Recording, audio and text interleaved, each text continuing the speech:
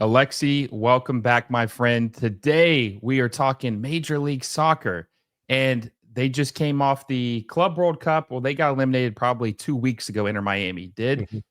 But before we get into Major League Soccer, how did you enjoy the Club World Cup? Because a lot of people were kind of like, I don't know, they call it a cash grab. Is it going to be Sure. entertaining? What was your takeaway from the World Cup? Did you enjoy it? Yeah, I mean, I think it's hard to look at the FIFA Club World Cup in its kind of new form with the amount of teams and obviously playing in the summer and a year before the World Cup here in the U.S. and look at it in anything other than a success. Now, it's a work in progress, and it still has plenty of things that need to be ironed out relative to the next one, but you look at like I said, the crowds, and I think maybe what the most important thing to come out of the Club World Cup. Hey, if you're enjoying the video, make sure you give it a like down below and subscribe to the channel if you haven't already. We are 230 subscribers away from 8,000, and our goal is to hit that number by the end of July. So make sure you subscribe if you haven't already and hit that little bell notification so you never miss a video. Now, back to the video. Was this heightened sense of competition between countries, cultures, leagues, teams, and the insecurity that we often talk about when it comes to American soccer. That's certainly on display when it comes to South Americans, and so for the Brazilian teams to do that well, that I think that was a nice feather in the cap. And I think it was, a kind of a kick in the ass to the European teams. There was a question as to whether teams were going to take it seriously. And I think that they certainly did. There was a question about the disparity, and notwithstanding whatever it was, the Auckland or whatever that team, that team was. The New Zealand team. For the most part, it was incredibly competitive. From an MLS perspective, I think, again, we've talked about this where it's not an excuse, but it is a very, very different proposition when it comes to an MLS team because of the realities. And you're almost fighting with one foot behind your back. Having said that, to have Messi and company get through, I think that was a good look for Inter Miami, obviously for Messi, but also for Major League Soccer. But I kind of wanted more. And purely from an MLS performance perspective, I was left back where I often am, where I'm saying, what could have been if MLS really, really wanted to compete and allowed the ownership, the deep-pocketed ownership, to do what they wanted to do. Think of what these teams would look like. And I'm not saying that they win every single game, and certainly you're coming up against Saudi money and all sorts of other deep-pocketed ownerships out there, but it would be a fairer type of competition. So all in all, I think it was positive. The final was awesome and hilarious in so many different ways, but you made your mark. So from a Gianni Infantino and FIFA perspective, I think they'll look at it and say, hey, this was something that we can build on, something that's only going to get bigger and better. And from a competitive standpoint, it was fun to see everybody come out, and it was fun to see how these teams took it seriously. Yeah, I enjoyed the tournament overall. I thought it was, like you said, I think that Brazil's league probably had their stock up the most of any league in the world. I mean, incredible. Like, I always thought that league, our good friend, tactical manager, obviously he's a big fan of the league. And I know he's happy because they got some respect on their name. But from an MLS perspective, right, it left me wanting more. I just saw, like, Inter Miami had the best performance of the three MLS teams. LAFC was terrible. Seattle Sounders, I can't even be mad at them. They didn't have a chance. I mean, they were playing Atletico Madrid, PSG, Botafogo. Like, they just had the group of depth, right? Inter Miami, though, I just watched them and I'm like, man, like, that they had a draw against Al Ahly. They beat Porto, which was an impressive win. Porto's kind of down right now, but they won. They did what they had to do. And then Palmeiras, they were up 2-0. And then you could just see with MLS's lack of quality depth, they just didn't have the guys Palmeiras did. Palmeiras made some substitutions in the 70th minute, scored 2 goals in 8 minutes. And it just showed that, like, where we have we have a lot more growing to do to really be able to compete with some of the bigger teams in the world. Yeah, but what's interesting for me now is the qualifying process, because there's part of me that says you should almost take the aggregate of 4 years of play and then send the best teams relative to that. But then there's the other part of me that says, wherever the best team in the moment is from an MLS perspective, that's who you want to send, because they're not just representing that team. They're representing, obviously, Major League Soccer, but they're also representing American soccer. And you want that best representation, and you want to do everything you can to get the best chance of having that be positive. So as we go forward, it'll be interesting to see what FIFA does in terms of how you qualify for the FIFA Club World Cup. And then if those are truly the best representatives of those leagues in terms of quality, because that's kind of what you want. It's now Major League Soccer. We talked about the 3 teams. I said 2 teams. Kind of. I don't want to say embarrass themselves. Seattle I don't think really embarrassed themselves. Honestly, with how PSG performed, I think maybe they even look more favorable when you look back on it in hindsight. But one of the biggest disappointments, though, is that we talked about how successful this tournament ended up being and how many people watched it. And this was the introduction to Major League Soccer for a lot of fans, casuals around the world who'd never watched it before.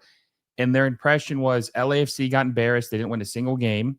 Seattle Sounders didn't win a single game. I think they lost every game, if I'm not mistaken. Maybe they had a draw. No, they lost every game. And then Inter Miami did gather their group just to get absolutely I guess they did get embarrassed by PSG. PSG is a great team, but they got embarrassed. Only people have gotten embarrassed by PSG. PSG. Exactly. So. Yes. And that was my whole point. I got a lot of flack for saying they got embarrassed. It's like, they did get embarrassed, but like a lot of people do, but they still got embarrassed. Sure. So that is the exposure that our league has had. And I just wonder if that has done any damage, because it shows, like I said, the Brazilian league, more respected. People think it's a better league now. MLS gets absolutely thrashed by PSG, and it shows how far they are from the big teams. Al Hilal, we talked about Saudi money, beat Manchester City. Like, that was an incredible upset. That was very fun. It feels like we are just so far away from being able to do that. Yeah. So think of what would have happened if Seattle and LAFC had gone gangbusters and they had won their group and were flying and scoring goals.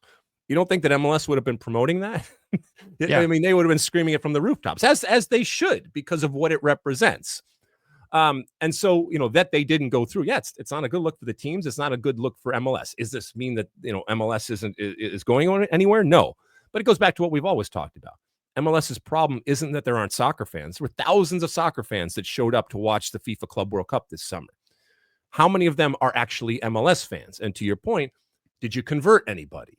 Or did you either turn them off or just kind of confirm what their long-held beliefs are, whether they're real or not?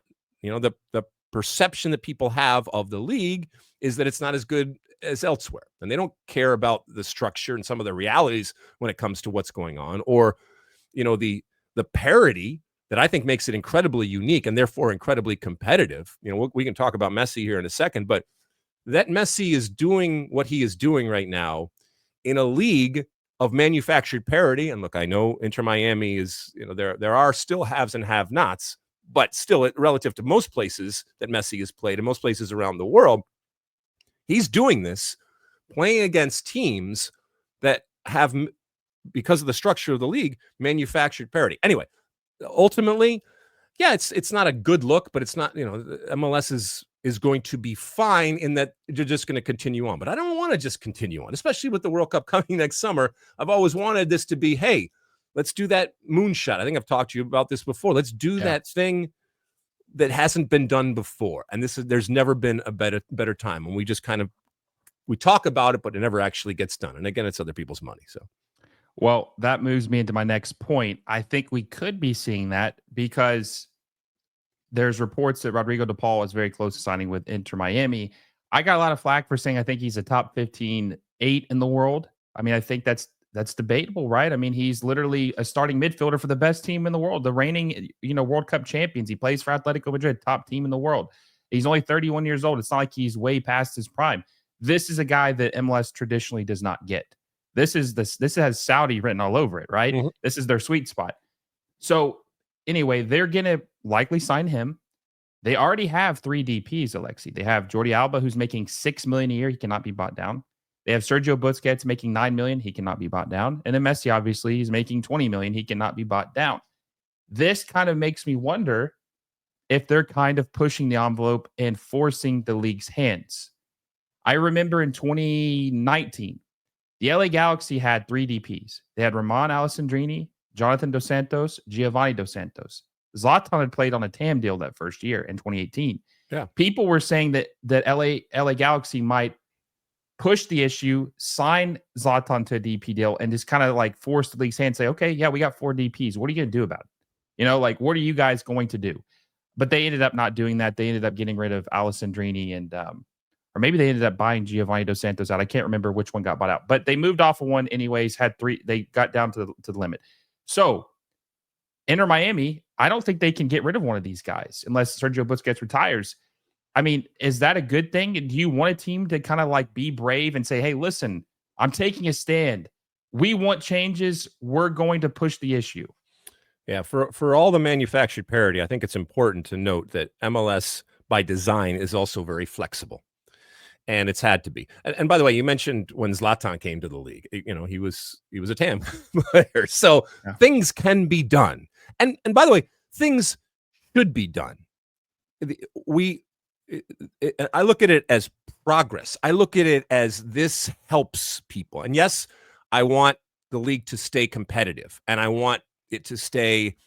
And I do think that parity is good for Major League Soccer, but I don't want that to come at the cost of the customer and the fan, or back to what we just talked about, enticing new fans to come into the MLS tent. And so what Miami is doing, you know, kind of building an MLS version of a super club. My hat's off to, you know, to what they are doing down there. I like that. I want to watch that. I think MLS likes that. I think there will be some griping and some complaining no matter what. When it comes to De Paul, what team in the world wouldn't want him? You know, maybe there's a couple of teams here that are good when it comes to that midfield that they have, but let's be honest. Most teams in the world would love to have a player like that. And that he is looking at MLS, that he is looking at Inter Miami, I think it says a lot about what MLS has become. Also, you know, with Messi and the power of Messi.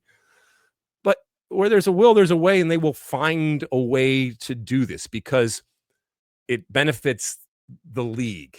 And this league, if nothing else, is a single entity. And therefore, the good of the league is paramount, and Commissioner Garber understands that. And I think all the owners understand that, but there will be some screaming and yelling, and you know, ultimately, I think it gets done. Well, and also too, you talked about the moonshot, right? And I want to say it was in Tax episode you did with him talking about Major League Soccer. You had said something along the lines of, MLS isn't trying to gain the fan they already have. They're trying to gain the American fan who's not watching MLS, right? They're trying to broaden their horizons, trying to get more people in. And I feel like this is the only way to do it, man, is you got to build quality teams that people have to see.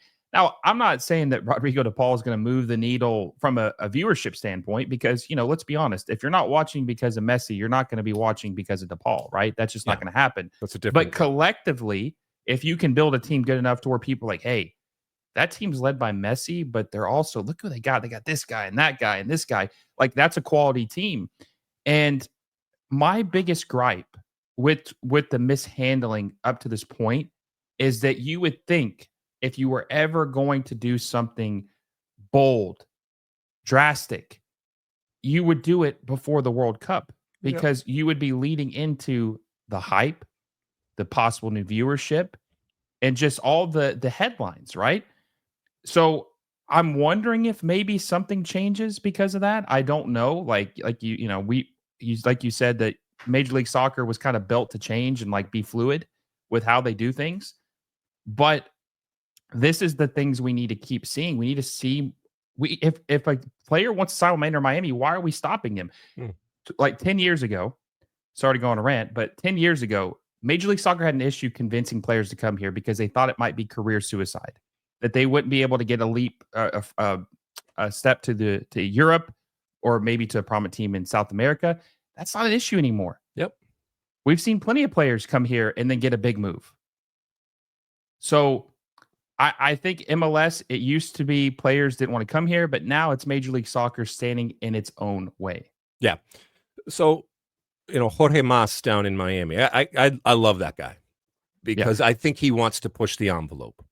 And he recognizes that there are going to be people that are going to push back, but that ownership group, when it comes to Major League Soccer owners, I mean, to be a fly on the wall when they're discussing things, because they all have different opinions.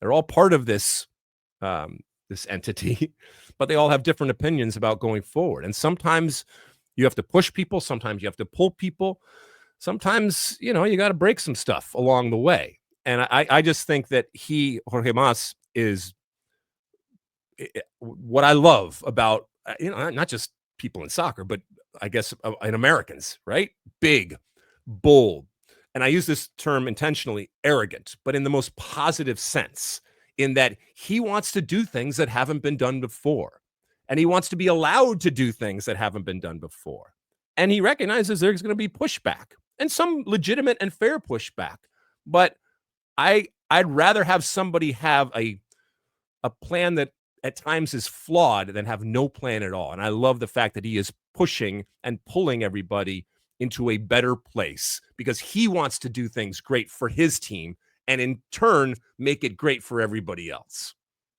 I know, I agree. And look, I just recently made a video talking about changes I would make to the league.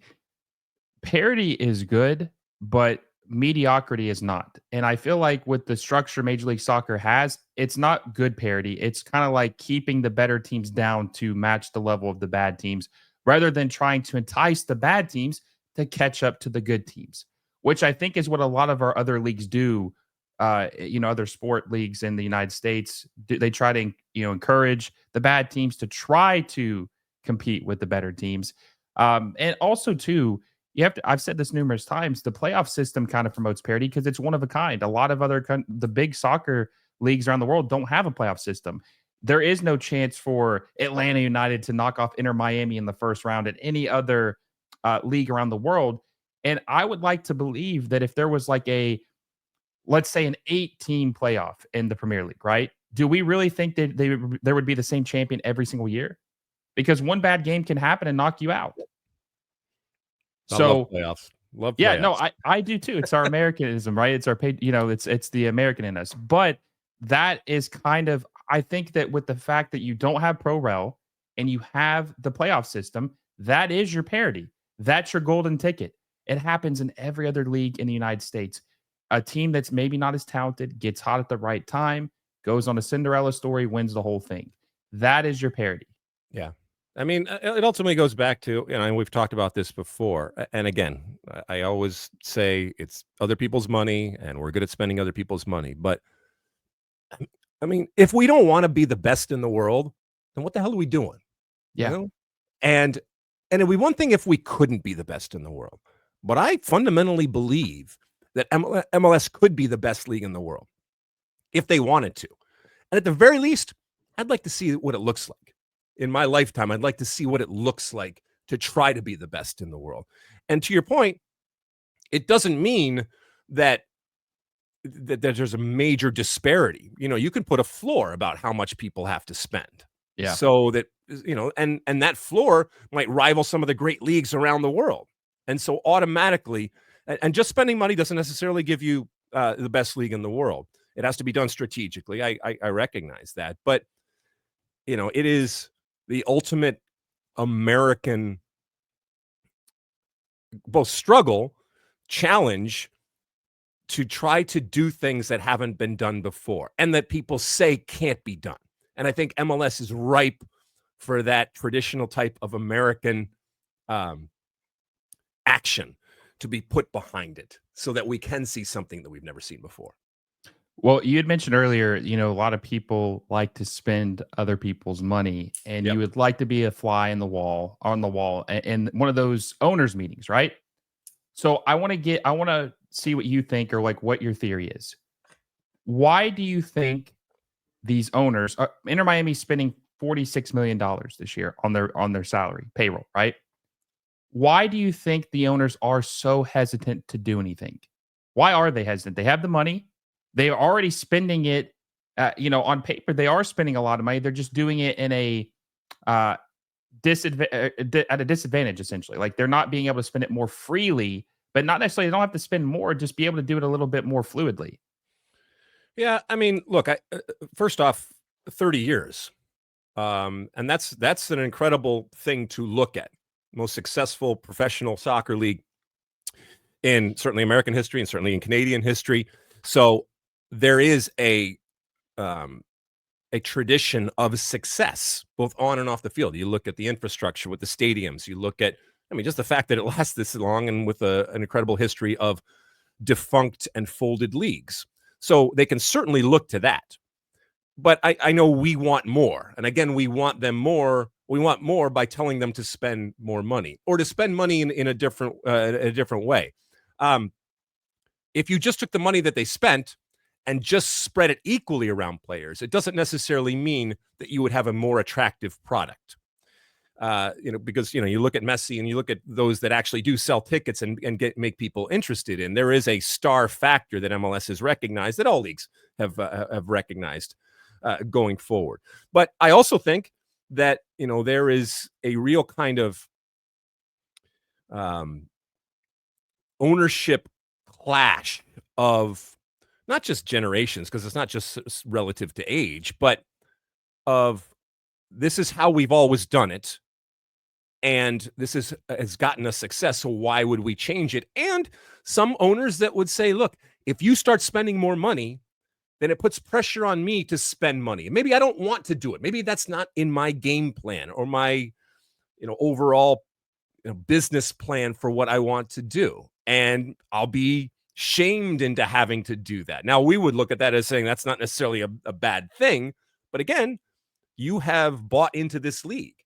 And you have a voice just like anybody else, and you have a vote just like anybody else. And so there is valid and fair contrary types of arguments that can be made. But as great and as proud as I am of how far this league has come in just 30 years, it can be so much more. And I want it to be so much more. Maybe I'm impatient, but that's kind of how I roll. And I would argue that that's kind of how America rolls. Yeah, I think that the issue, kind of like what you said, is just like a lot of complacency. Just like if it's not broke, why try to fix it? It's working or it has worked.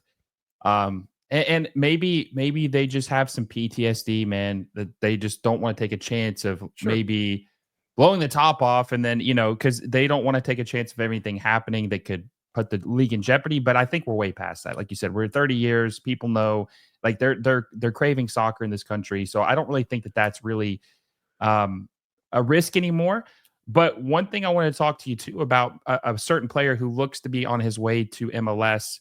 That's a USMT player, which kind of I guess changes the dynamic or what we had seen recently. We haven't had. I can't even remember the last time we had a big USMT name come to the MLS at a decent age still. But it looks like Gio Reyna is likely, or at least that's LAFC are the favorites to sign him, in the next couple weeks.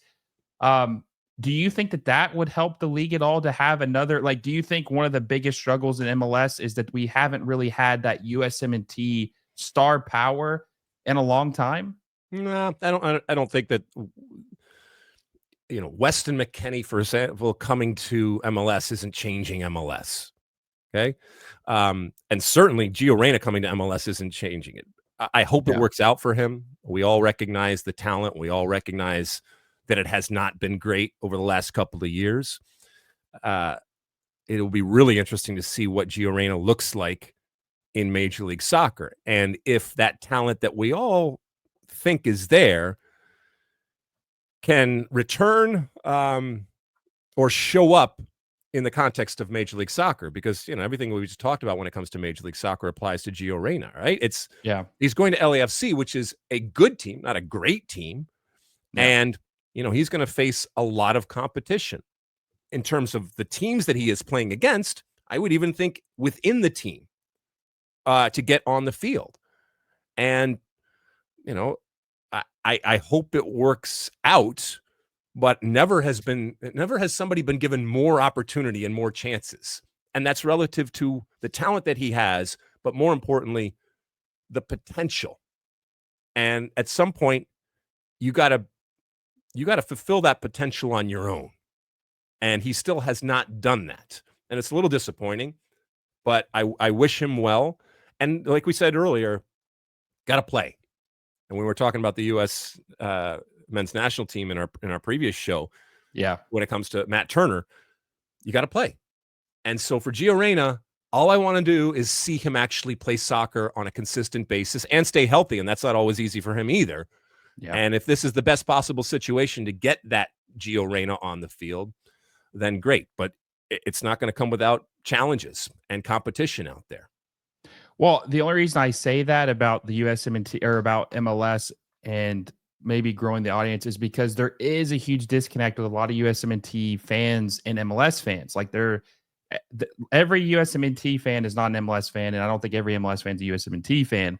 And I think that if there was a player of his caliber, I love Diego Luna. We talked about him in the previous episode, but like Gio Reyna was supposed to be like the crown jewel prospect, like the guy that could be better than Pulisic. Like a lot of people heralded him as the best prospect we had ever produced when his finished product could be insane. Right. So having him back in MLS after he's been quite a bit of an unknown the last year, right? He hasn't played at all. He's been injured. He's or not playing at all or rotting on the bench. One of the two. I think that there will be some interest, and not just a little bit. Like, I think people will be excited to see, or maybe not excited is not the right word, but just curious to see what he can do. There will be casual there will be USMT fans wanting to watch LAFC to see, hey, is Gio doing anything? Is he playing better? Is he playing like he was at Dortmund 2 years ago or the USMT 2 years ago? That I think that could be an appeal. Now, is it going to break records? Do you really? Because I think that snobbery that exists out there is just going to be on display. They'll be like, he's out to pasture, out of sight, out of mind. He's coming back to MLS. So basically he's done. Yeah, there will be some curiosity.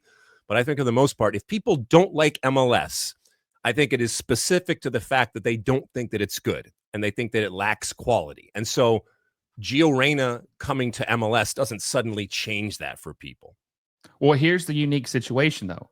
How many people have we ever seen, and just in general, it can be a USMT player or any nationality. How many players have we ever seen peak or play so well at such a high level in the Bundesliga when he was at Dortmund, show the flashes, and then come to MLS at 22? This is a unique situation. The age is unique, absolutely, because it's not a Michael Bradley or a 26, a 27 or a Dempsey or I get it. So the uniqueness is that he could come here, get his confidence back up, and then go back to Europe in 2 years and still only be 24 years old. Yep. So I think that is what's unique about the situation, why people will be. Now, if he was 25 or 26, I'd say, okay, he's probably just going to be here the rest of his career.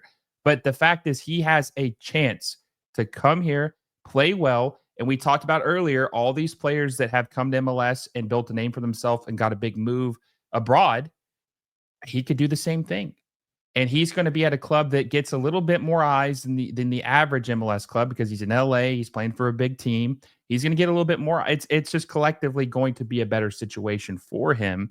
So, and look, you said earlier about USMT fans kind of like sticking their nose up at like Major League Soccer.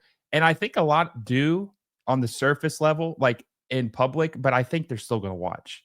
Hate it or love it, they're still going to watch it, right? And, and if he plays well, I think that they're really going to be tuned in to watching. Now, if he sucks, then it's all over, right? His career is probably in the tubes. But if he plays well, I think something like that, I just think it's bad for the league. And you don't want this to be the whole thing, right? But I do think that it is detrimental to the league when you don't have any top domestic talents in your league. Like, I'm talking USMNT quality starting players. You don't have any.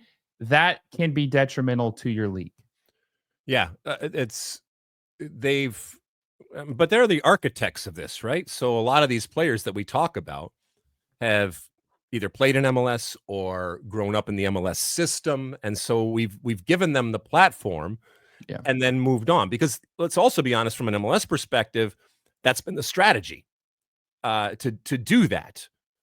But to your point, we also kind of want this is an American league and a Canadian league. And so you want to, at some point, when Don Garber talks about this being a league of choice, you want it to be a league of choice for your domestic player to say, I don't want to go anywhere else. This is where I want to go. I want to play here because I get to make a bunch of money. I get the fame that I want. I get the competition that I want.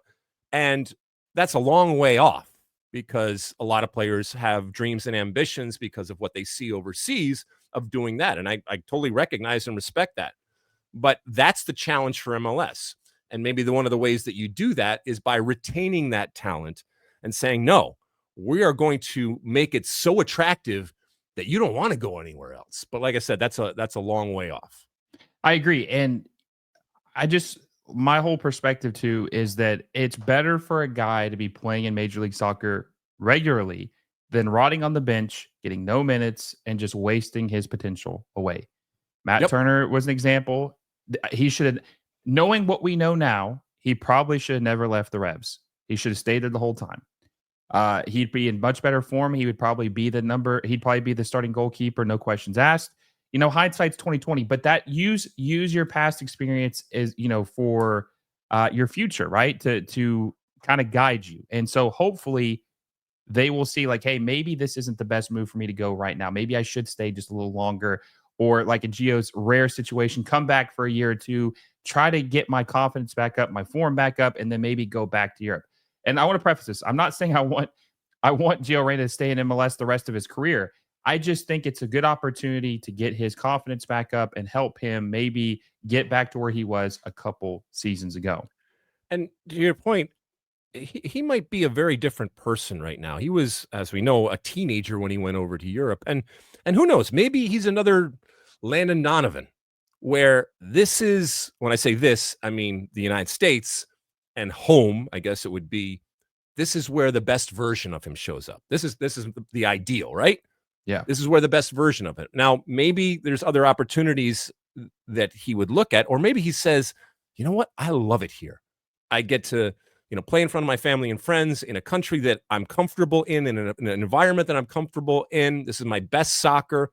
I'm getting called into the national team, and this is what I want to do. And look, I know that Landon Donovan at times took some shots for that from people that said, oh, you're letting yourself or the country down and you could do so much more. Dude's got a statue when I talk about Landon Donovan. So who knows when it comes to Gio Reyna. Gio Reyna should be so lucky as to have even a modicum of the success that Landon Donovan had in making that decision to come back to Major League Soccer. So last question and this is about Gio Reyna. If he comes here, he plays well like he did 2 years ago at Dortmund. If he plays well here in LAFC, does he make the 2026 World Cup roster? Oof. Yeah, I think if because again, it's kind of in Poch's backyard here in MLS. If he starts playing well, there will be a big story, given all of the history that he has, given the talent that he has, given the baggage and all the, the craziness that kind of has followed him over the last couple of years. It'll be a big story if he resurrects his career and is playing consistently. And there will be drums beaten to bring him back into the national team. And I think it's completely justified if and when that happens. And it'll be a feather in his cap, but also a feather in MLS's, and I guess from an LAFC perspective, a feather in their cap to be able to have played a part in doing that. So yeah, if he's playing well and more importantly, healthy and playing consistently, yeah, of course you bring him back in. Yeah, I think so. I think this actually helps him out because Poch has shown a soft spot for MLS players because so I think that actually would help him out quite a bit. Alexi, my friend, it's always a pleasure to talk to you. I appreciate it. Guys, if you haven't, go check out his podcast, The State of the Union with Alexi Lalas. Him and his co-host, David Mossy, do great work. Very entertaining. I always listen when they have a new episode. I really appreciate it, my friend. And hopefully we keep continuing to grow this sport in this country. As always, it's a pleasure to be here. And like you said, State of the Union over there with my good friend Mossy. We have a good time. I appreciate that you listen to it, and so many other people tune in or listen and or watch it when it comes to this stuff over there. So we got exciting things to look forward to over the next year or less than a year when it comes to 2026. So looking forward to it. Exciting and stressful, but we'll see what happens, good or bad. It should be entertaining either way. I appreciate you guys tuning in. Until next time, I will see you all soon.